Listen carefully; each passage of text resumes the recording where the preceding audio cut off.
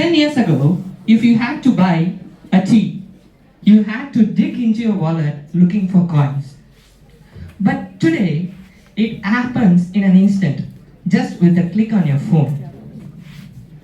That's how fast the world has changed.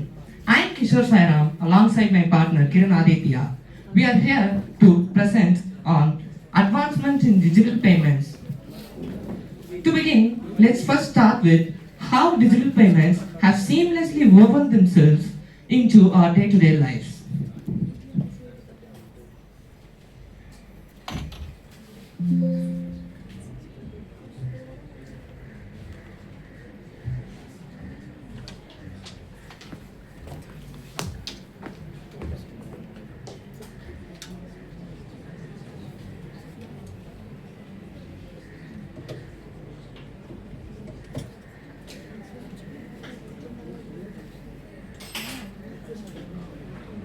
Digital payments have transformed the way money moves both in India and globally.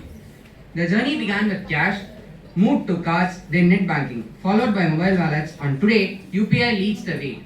UPI, being launched in 2016, have developed rapidly with over 400 million active users. UPI has become the world's fastest growing real-time payment system, while wallets like Google Pay and Phone Pay making transactions instant, simple and secure. Together, these innovations have positioned India's digital payment ecosystem as a global benchmark. What once needed coins and cash now happens with just a click, and that brings us to digital payments and its objectives. The objective of our study is to understand the growth of digital payments with a special focus on UPI and mobile wallets. The aim of our study is to analyze how users adapt to these systems, how their role in driving financial inclusion and the challenges they face, such as cybersecurity and literacy gaps. We also look at how India's success in digital payment is creating an influence at a global level. India's global influence is clear, and with our objectives defined, let's now understand the true significance of this study. The study is significant because it highlights how digital payments support India's transition towards a cashless economy. They play a key role in enhancing financial inclusion by reaching semi-urban and rural populations. At the same time, digital systems strengthen trust and security in financial transactions, while also stating a benchmark on a global level of real-time payments.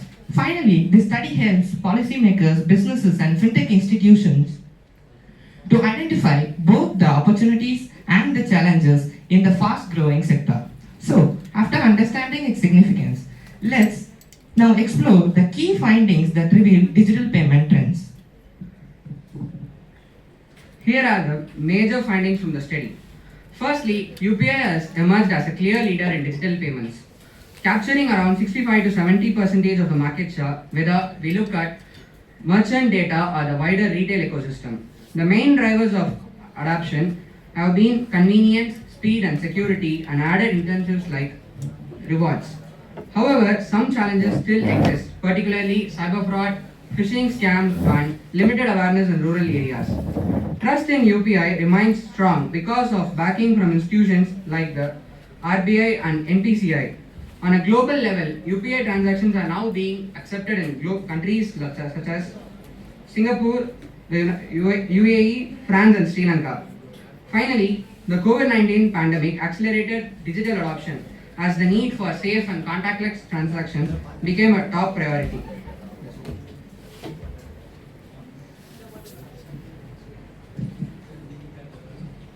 This chart shows the share of digital payments in 2024. UPI leads overwhelmingly with 65%, followed by mobile wallets with 20%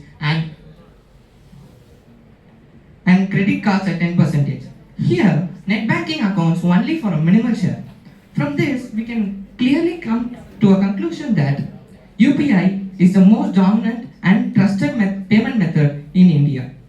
With UPI's dominance established in India, let's now look into the future of fintech in India and beyond. Fintech is becoming as essential as electricity or water. With AI and blockchain, transactions are faster, safer, and clearer. India's UPI is setting a global benchmark, inspiring other countries. The future growth will come from banks, startups, and government working together, while smart regulations ensures both innovation and protection.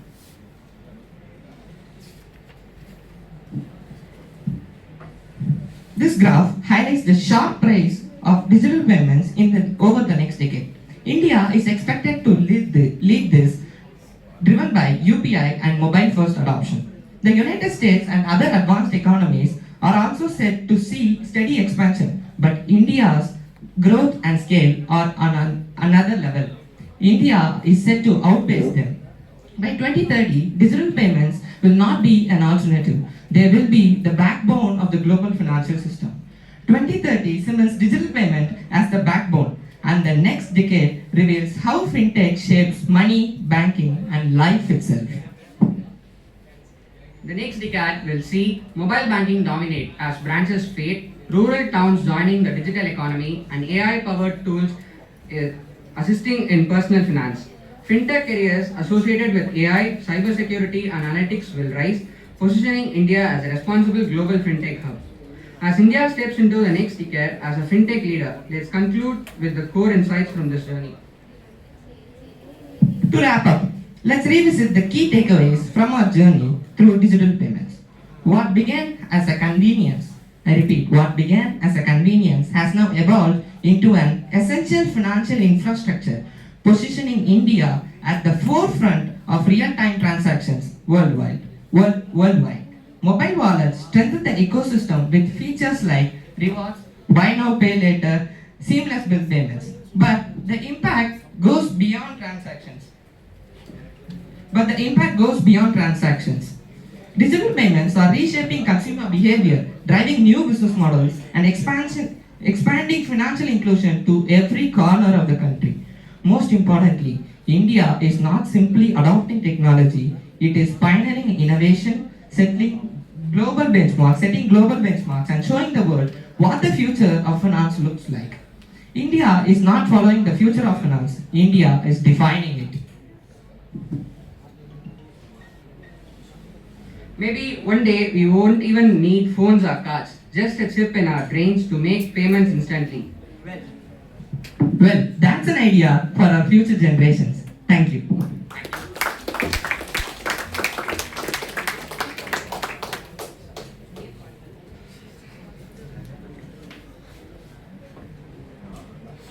The pie chart you were showing,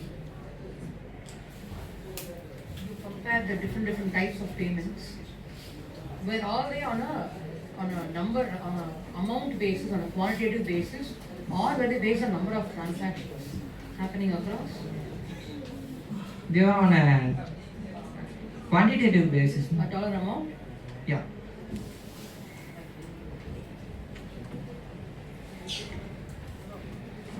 Just good job, guys. All the very best. Thank you, sir.